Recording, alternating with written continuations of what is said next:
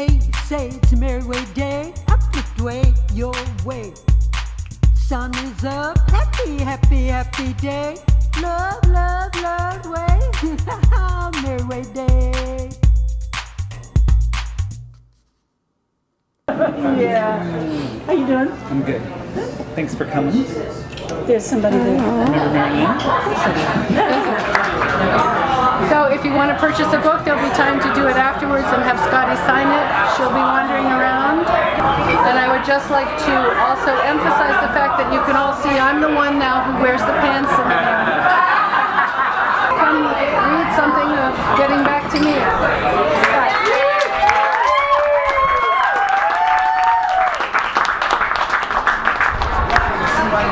First of all, thank you all for coming out tonight. This has been a journey that we didn't think we were going to go on, and then we thought it was going to go in a couple of different directions, but about a month ago, Lynn lit a fire under me and she said, you go on Amazon right now and publish the book, because when it's in your hands, it will make all the difference in the world, and it really has. So thank you, Merrie. What I'm going to do tonight is read the first chapter. One thing I'd like you to know before I read the chapter is that this is a journey that started when I was 4 years old. And we can talk over tea later, or you can read chapter 4 to know how it ended up going in a particular direction. But suffice to say that I used to call what I needed to do about why my life was so weird, I used to call it it. And it doesn't go away. It wouldn't leave me alone, and it was there whether I closed my eyes or not. When I decided to finally do something about it, I realized that everything that I held dear was suddenly on the line. And the one thing that I hope you understand is that it's love will fix it, because the it becomes denial, and love can kill denial in a really sweet, warm way. And all of your support is the love that I now enjoy, like a waterfall coming out of the sky. But the love of Marcy is really what makes it easy to live. Now, so,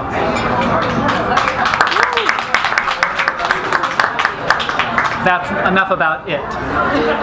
Getting back to me. So, a journal is a very funny thing. Chapter 1. Dude, you're screwed. From my journal, written at 35,000 feet between sleeping strangers. Exhausted. Been on the road for almost 3 years straight, and I'm not freaking kidding. When we tabulated my days out of town for our taxes last year, it was easier to add up the days I was home. 15. This year we're on track for even fewer. I did 8 countries on 4 continents in 3 months. It's not a record we can be proud of. My crew is toast, and I'm feeling like I barely got them out alive. Tempers are frayed, and our sense of accomplishment is more like survivor's guilt. It's not how I like to run a show. Feeling defeated when I should be elated. A hit show, goddammit. We broke my second season curse, and the shows are going to look amazing. We hit that magic point in a TV show's life when the cast is getting recognized in airports. We almost missed connections as they signed autographs and posed for selfies in Joburg, South Africa, Norway, and Romania. As we say on my show, those are first world problems. Heck yes, I'm proud of what we built, but I can't help feeling like this is the end. The network is in turmoil, they never knew what to do with us, and they have a problem making in television, which are shows that require an IQ higher than a network suit. We are one of the most expensive shows they have. My cast has not been treated well by our overlords, and our pride of ownership is all we've got left. It hurts my heart that we are living up to our name. I say my, as in my crew, my show, my cast, because even though this show was not my idea, I can say without reservation or challenge that I am the mother bear of our little cub. I will confess I had nothing to do with the title, Dude, You're Screwed. But I was the one who made sure that a show where boys will be boys was not only redefine the survival genre, it would make for a fun ride. As comes with the territory, I take responsibility for the things that didn't work. There were a few. As much as I do the things that did. I also confess to pushing, pulling, dragging, and nagging, and when required, being such a pain in the butt that there was no choice but to grant our wishes. So we could make a show that would be worthy of the insane effort my cast and crew put into every moment. As my dad would say, lead, follow, or get the hell out of the way. So I fostered a take no prisoners, us against the world, give us what we want and no one gets hurt environment. Did I say I was the showrunner? This is technically a nickname for my position. I'm the co-EP, which in reality television is the title for the one executive producer who is actually producing the television series. At the top of every show, the beginning, there's a list of executive producers who made the deal that make the show that you are now watching. These people are my bosses. I'm the one who's making the show they all promised to deliver. I'm both the lead storyteller and business person on the set. As my friend John Hudson, who's in the RAF, says, I'm the adult in the room.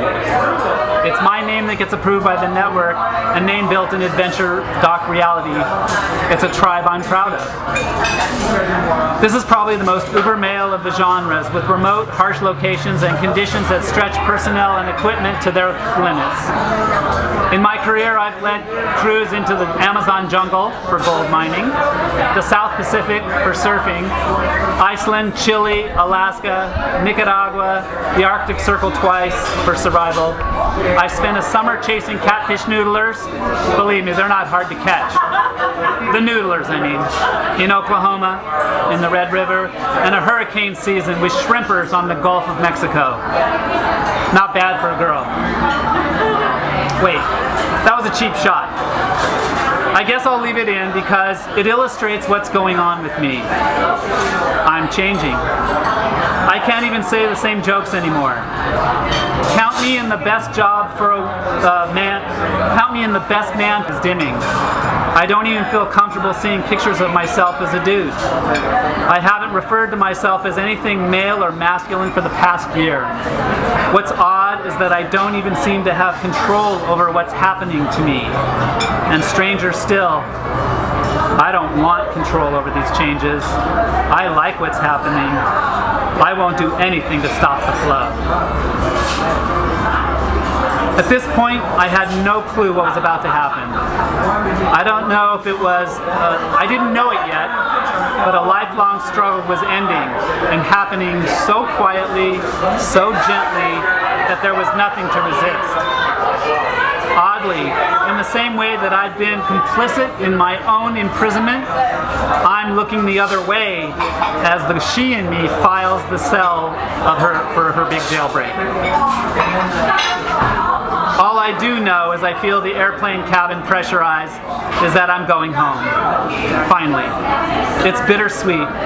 I'm so homesick. I miss my love so bad. I'm literally walking into walls. You know that feeling you get when you haven't eaten in so long that you don't even know you're starving? I'm numb. I'm so mentally fried I can barely function, and I'm so sad. We're not even through post-production yet. The shows haven't even hit the air, and though I have nothing to base it on, I can feel it all ending. As I sit on the plane, I've lost track of how many times I've made my seat back and tray table full and upright position. My head is spinning. Numb as I am, I'm also oddly disoriented. A mental picture haunts me as I close my eyes. Warning lights blink dully on the control panel of a ship already underwater. A ghostly warning that the ship went down before anyone could respond. I'm drifting in the bridge filled with cold, murky ocean. I can sense I should care, that something vague is wrong, but I'm lulled. The sense of falling slowly into intense silence threatens to... Shit! I sit bolt upright. It's freaking true. It really happened. Courtney just outed me. What the fuck? Courtney is my dear friend and the line producer. She's the money girl on my show. We've become very close over the last 3 years, and I even call her mom. And even though she works underneath me, she's the inside girl for the production company. She keeps track of the money I decide we're going to spend. We're a great team.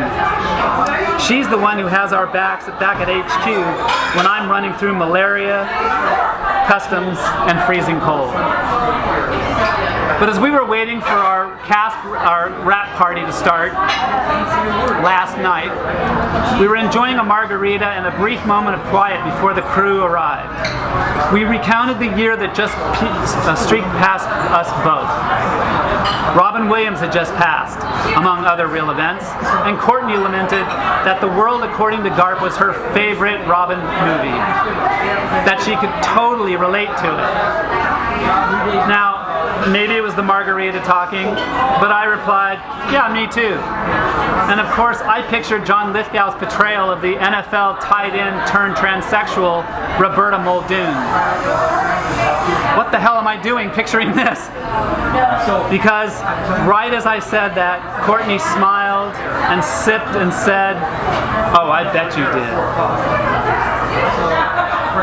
God, how does she know? I tried to be cool, but I was trapped. Or was I? Is this really happening? I asked myself. Or am I freaking out over nothing? Calm down. So I tried to be cool. Well, what do you mean by that? Courtney is a gentle soul. She's never confrontational. I'm the passionate one. I have to coach her to stick up for both of us. She leaned in, eyes unwavering, and whispered, what do you mean, what do I mean? I tried to shake it off. Was I making this up? Why was the air being sucked out of my lungs? I mean, Courtney, what are you saying? She gently grabbed my trembling hand. Sweetheart, I know. Time stopped. The shattering sound of cosmic air brakes arresting the planet's orbit. In an instant, everything would be flung into space and chaos.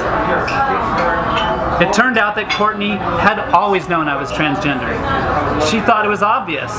Never thought she knew a secret about me, just that I was being me. That Scott was just being Scott.